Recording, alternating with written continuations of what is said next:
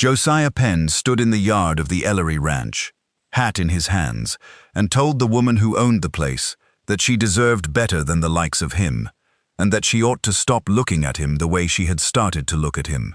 "I have to say this plain, Mrs. Ellery, because you have been kind to me, and kindness deserves the truth," Josiah said, turning his hat in his rough hands. "I am a hired man.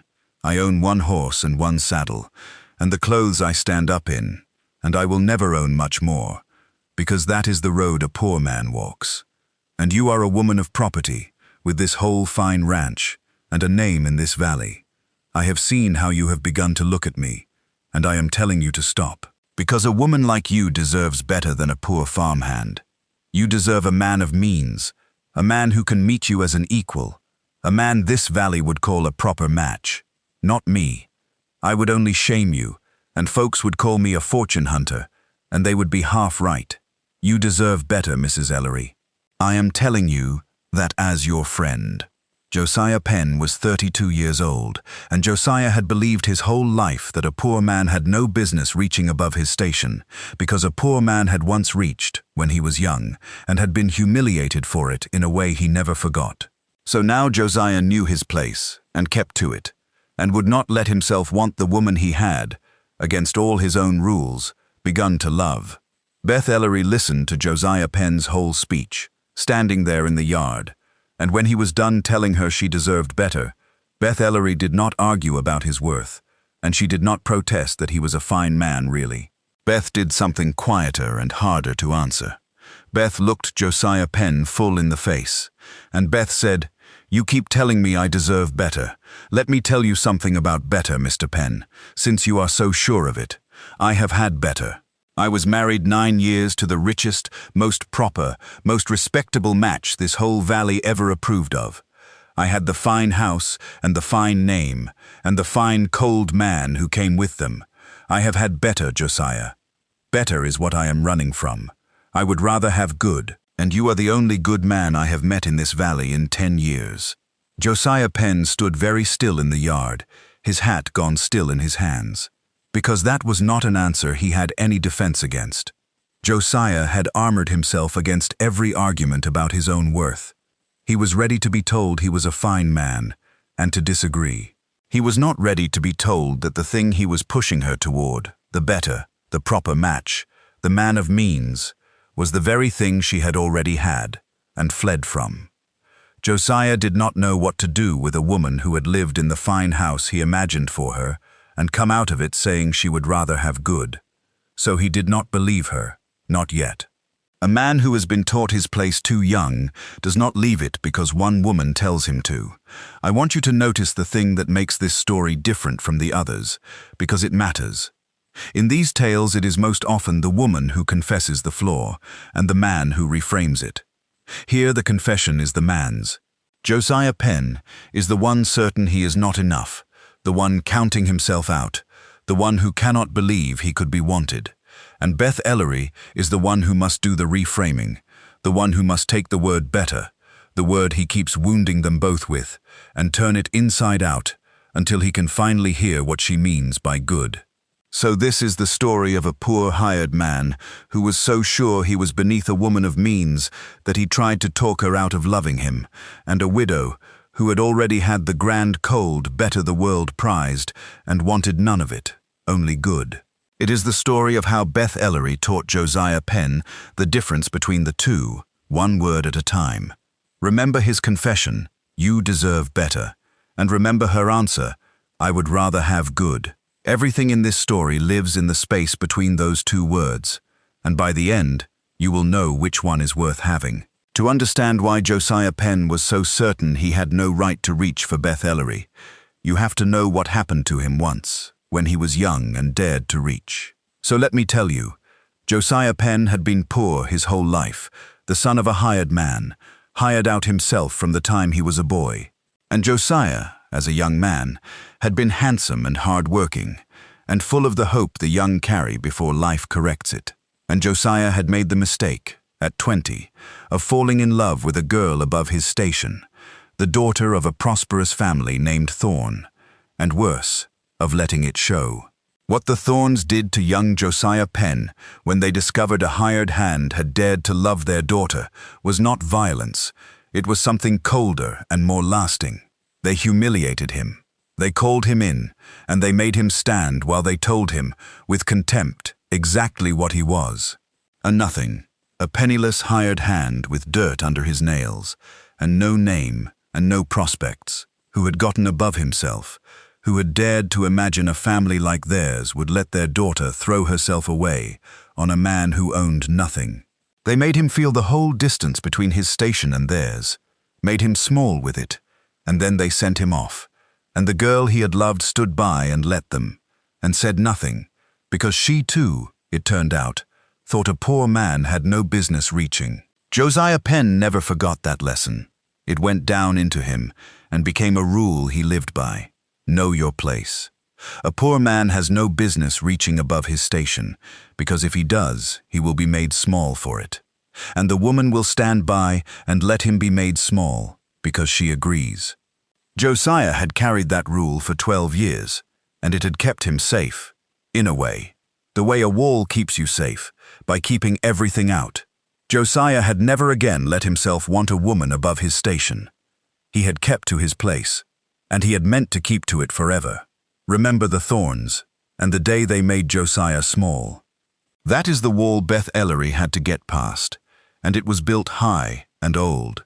So when Josiah Penn, at 32, found himself working for the widow Beth Ellery, and found himself, against every rule he had, beginning to love her, the old lesson rose up at once. She was a woman of property. He was a hired hand. He knew exactly how that story ended, because he had lived it at 20, and he was not going to stand and be made small again. So Josiah armored himself and kept his place, and when he saw Beth beginning to look at him with something warmer than an employer's regard, he did the thing his old wound told him to do. He tried to send her away from him for both their sakes, by telling her she deserved better. Now let me tell you about Beth Ellery, and about the better she had already had, because Josiah did not understand, when he used that word, that he was describing the very prison she had just escaped. Beth Ellery had married at 19, the most eligible man in the Snake River country, a wealthy rancher named Harlan Ellery. It had been the match of the season, the poor but pretty girl and the rich established man, and everyone had told Beth how lucky she was, how well she had done, what a fine match it was. And Beth, at 19, had believed them.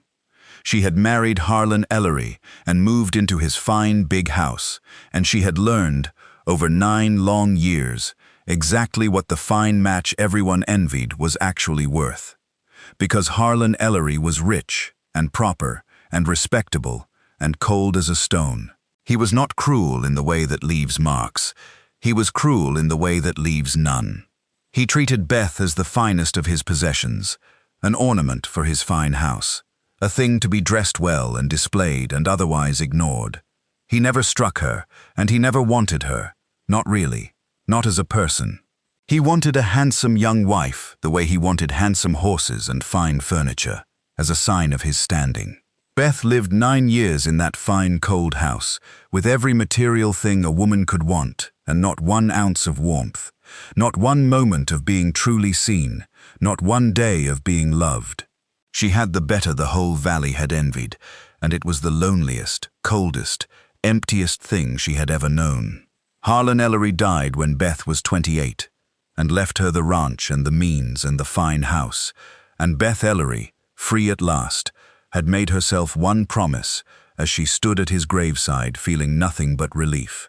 She promised herself that she would never again mistake Better for good. She had had Better. Better was a cold man in a fine house who never once saw her. If Beth ever married again, and she was not sure she would, it would not be for means or standing or a match the valley approved. It would be for good, for warmth, for a man who saw her and was kind. So when a poor hired hand named Josiah Penn stood in her yard and told her she deserved better, Beth Ellery heard him telling her to go back into the exact cold prison she had just buried, and she was never, ever going back. Beth Ellery had hired Josiah Penn the spring after Harlan died, when she took over the running of the ranch herself and needed a good hand, and Josiah had come with a plain reputation for honest work and no trouble, and Beth had expected nothing from him but the work. What she had not expected was to spend a year watching a poor hired man be, in every small daily way, the exact opposite of the rich husband she had buried. Because Beth watched Josiah Penn over that year, and what she saw was goodness, the plain, unshowy kind, the kind Harlan Ellery had never had a scrap of for all his wealth. She watched Josiah gentle a frightened horse, with a patience Harlan had never shown a living creature. She watched Josiah quietly mend the gate at the old widow Foster's place down the road, on his own time, asking nothing, because the old woman could not do it herself. She watched Josiah go without his own dinner once, to feed a drifting family passing through hungry, and never mention it. And Beth Ellery, who had spent 9 years starved of warmth in a fine cold house, found herself drawn to this poor warm man the way a person half frozen is drawn to a fire. Remember the mended gate at the widow Foster's? Josiah did 100 small good things like it, asking nothing, and every one of them was a brick knocked out of the wall around Beth's heart. And so Beth Ellery, who was nobody's fool and had wasted enough of her life already, did a thing that scandalized the valley when it got out. Beth began, quietly and then not so quietly, to court her own hired man. She did it plainly, because Beth had learned in 9 cold years that she had no time to waste on games. She found reasons to work alongside Josiah. She asked his opinion and truly listened to it, which no one had done for Josiah in his whole life. She invited him to sup at the big house, not as a servant, but as a guest, and drew him out, and learned him, and let him see that a woman of property found his company the best in the valley. Beth Ellery courted Josiah Penn the way a sensible woman courts, with her eyes open and her intentions clear, and she made no secret, to him, of where she hoped it would go. And Josiah Penn retreated from every step of it. That is the push and pull that filled that year. Beth would step toward Josiah, and Josiah, hearing the old thorn lesson in his ears, would step back. He would tell her it was not fitting. He would remind her, as if she did not know, that he was a hired man and she a woman of means. He would say, again and again, in a dozen ways, "You deserve better," and each time he said it, Beth would feel the old cold word land on her like a stone, because Josiah did not know he was describing her prison, and she had not yet found the way to make him understand. The valley, of course, took Josiah's side, in the cruelest way. Word got around that the widow Ellery was making a fool of herself over her hired man, and the whispers were exactly the ones Josiah had feared his whole life. Fortune hunter. A poor hand who had gotten above himself, sniffing after a rich widow's ranch. It was the thorns all over again, the whole valley telling Josiah Penn to know his place, and it drove him deeper into his wall. Because now it was not only his own old wound telling him he had no business reaching. It was the whole valley, confirming it, exactly as the thorns once had. There came an evening, late that year, when Beth thought she had finally gotten through. She had spoken to Josiah plainly, told him she cared for him, told him she wanted him, and for a moment, one moment, she had seen the wall crack, seen the longing in him that matched her own, seen that Josiah Penn loved her every bit as much as she loved him, and was only holding it back behind his old wound. For one moment Josiah had almost reached, and then the moment passed, and the old lesson won. And Josiah stepped back again and said the words that had become his shield. "You deserve better than me, Beth. I will not be the poor man who dragged you down and let the whole valley call him a thief. I care for you too much to do that to you." And he walked away, back to the bunkhouse, back to his place, leaving Beth Ellery standing alone with the terrible knowledge that Josiah was going to love her and refuse her at the very same time, possibly forever, out of a wound she could not reach. And it was into that stalemate, that long, slow standoff between a widow's plain wanting and a poor man's old shame, that the thing arrived which forced the whole matter to a head. Because that autumn, a wealthy, proper, respectable suitor came to the Snake River country and set his sights on the widow Ellery and the whole valley, and Josiah Penn along with it, decided that here, at last, was the better that Beth Ellery deserved. His name was Mr. Grantham, and he was everything the valley thought Beth Ellery ought to want, and everything Josiah Penn thought she deserved, and everything Beth herself had already had once and buried with relief. Grantham was wealthy, from a fine family back east, come west to add ranch land to his holdings. He was well-mannered and well-dressed and respectable, a proper match, the kind of man the valley nodded approvingly at. And Grantham, seeing in the widow Ellery a handsome woman with good land, set about courting her in the correct and formal way, the way a man of means courts a woman of means, as a suitable arrangement of property and standing. The valley was delighted. Here was the natural order restored. Here was the better the foolish widow should have wanted all along, come to save her from her unseemly softness toward a hired hand. And Josiah Penn, watching Grantham court Beth, did the thing his whole wounded history drove him to do. Josiah stepped back to make room for the better man, because Josiah truly believed, all the way down, that Grantham was what Beth deserved, that a man of means could give her the life a hired hand never could, and that the loving thing, the unselfish thing, was to get out of the way and let her have her proper match. It broke Josiah's heart to do it, but Josiah had a great deal of practice at having his heart broken over his station, and he thought he knew how this story went.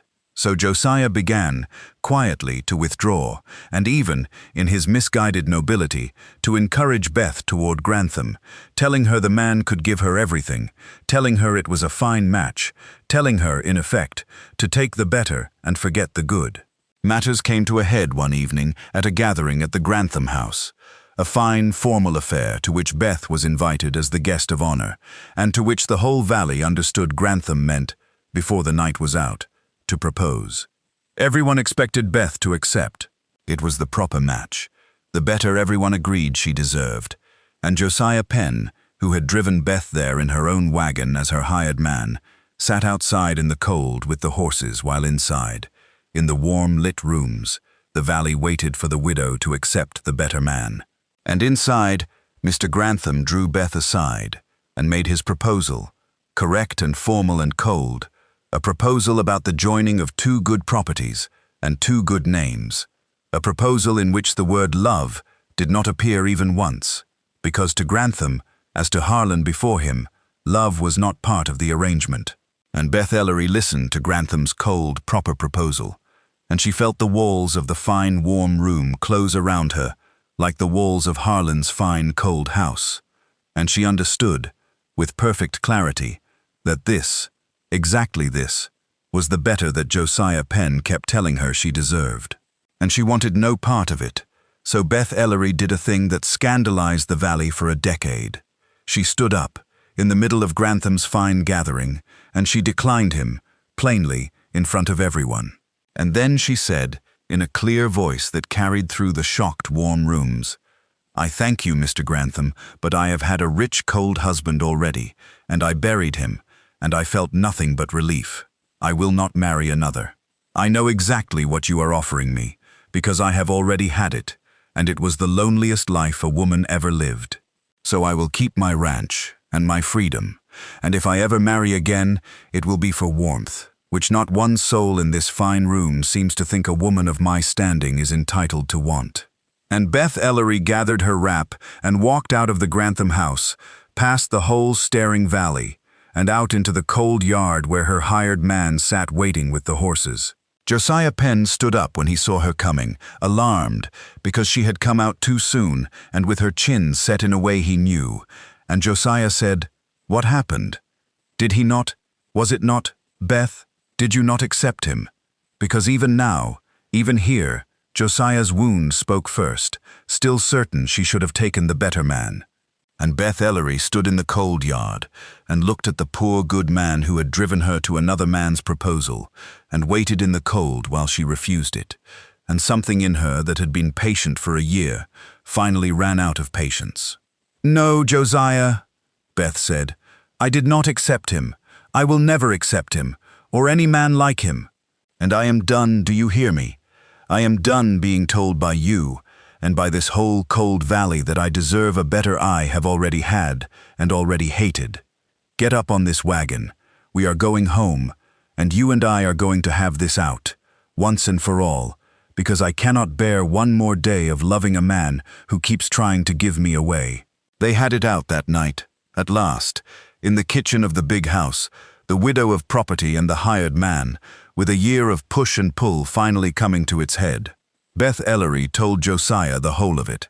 She told him about the 9 years with Harlan. Not the version the valley knew, the enviable match, but the true version. The fine cold house and the fine cold man. The being treated as a possession, the complete absence of warmth, the loneliness so deep she had felt only relief at the graveside. "That is the better you keep telling me I deserve," Beth said. "That is what better cost me. 9 years of my life, in a beautiful cold tomb, being the finest of a cold man's possessions. So when you stand in my yard and tell me a poor, hard-working, kind man is beneath me, and that I deserve a man of means, you are telling me to go back into that tomb. You do not know it, but you are." And then Beth Ellery said the thing she had been trying to make Josiah hear for a year, and this time she said it so plainly he could not dodge it. "You keep using the word better, Josiah, and you mean rich, a man of means, a proper match. That is your whole idea of better, because that is the world's idea, the thorn's idea, the idea that once made you small. But I have had that better, and I am here to tell you it is worthless. It is worse than worthless. It is cold. Now let me tell you what I mean by good. I mean a man who mends an old widow's gate on his own time and asks nothing. I mean a man who goes hungry to feed a drifting family. I mean a man who is gentle with a frightened horse and honest in his work, and kind when no one is watching. I mean you, Josiah Penn. You are not beneath the better I deserve. You are the good I have wanted my whole life and never once had, and I will not be talked out of it by the one man in this valley good enough to give it to me." And Josiah Penn, the wall around his heart cracking at last, told Beth his own confession, the thing under the thing, the wound he had never spoken aloud.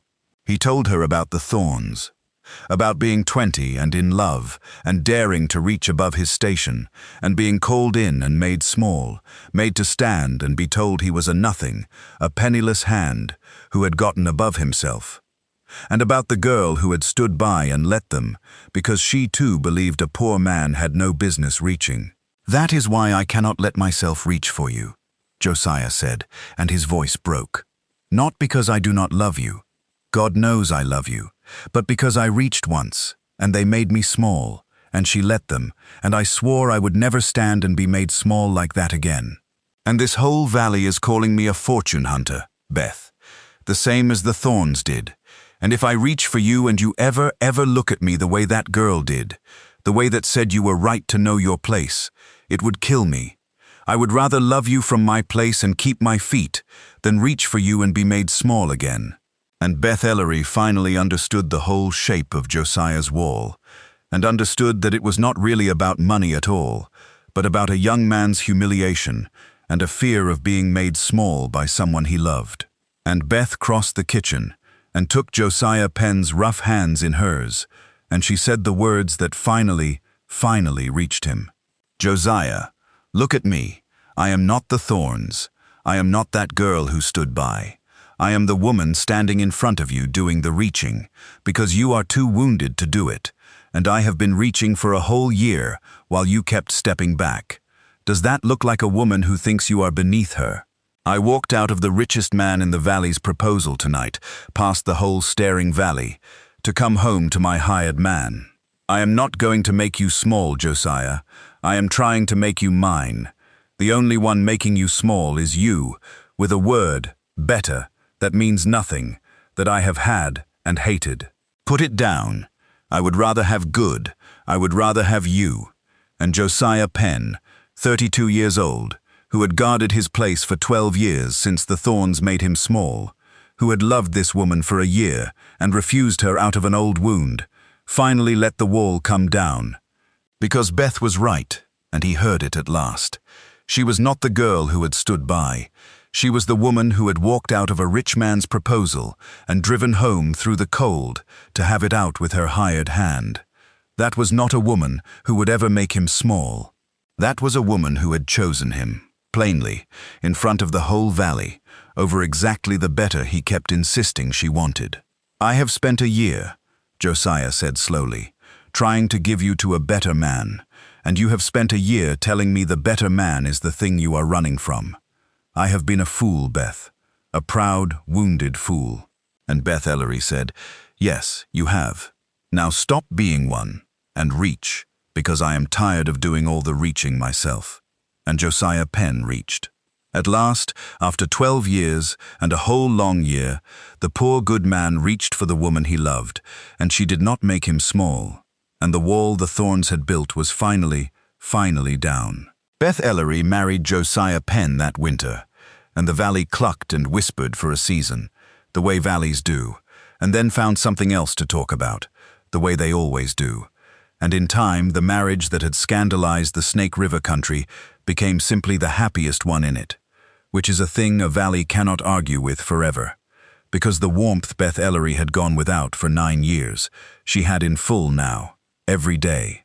Josiah Penn was as good a husband as he had been a hired man, gentle and honest and kind, and he mended his own wife's gates now, and warmed his own wife's house, and looked at Beth every single day the way Harlan Ellery had never once looked at her in 9 cold years, as though she were a person, seen and known and loved, and not a possession to be displayed. Beth had traded the better the whole valley envied for the good the whole valley had scorned, and she never regretted it for 1 hour of her long life. Josiah, for his part, unlearned the thorns, slowly, the way you unlearn an old wound, which is never all at once. Beth helped him do it, mostly by the simple daily act of never once, in all their years, making him feel small. And in time, Josiah Penn stood as tall and easy in that big house as any man born to it, because a man's station was never really about his money at all, but about whether the person beside him made him small or made him whole. And Beth had chosen, every day, to make him whole. Remember Harlan Ellery's fine, cold house, where Beth had spent 9 years as the finest of a cold man's possessions. It became, under Beth and Josiah, the warmest house in the valley, full of the goodness Harlan had never had a scrap of, and the drifting hungry and the old widows and the frightened horses all found their way to its door. The fine cold rooms that had once been Beth's tomb were loud and warm and kind for the rest of her life, which is the best revenge a person can take on a cold house, to fill it with the good the cold man never allowed. Beth and Josiah had children, in time, and Josiah was the father to them that no rich cold man could ever have been, and Beth would watch her poor good husband and marvel that she had come so close to spending her second life in the same tomb as her first, and been saved only by her own stubbornness and one poor man's goodness. And sometimes, of an evening, in the warm, loud house, Josiah Penn would catch his wife looking at him, and would remember the day he stood in her yard, hat in his hands, and told her she deserved better than a poor farmhand. And he would remember what she answered, the words that had taken him a whole year to truly hear. "I have had better. I would rather have good." And Josiah Penn, who had once been made small for reaching above his station, would understand, all over again, that Beth had been right about the only thing that ever mattered. Better is a cold word, and the world can keep it. Good is warm, and good is what they had, and good, in the end, was the only thing either of them had ever truly deserved.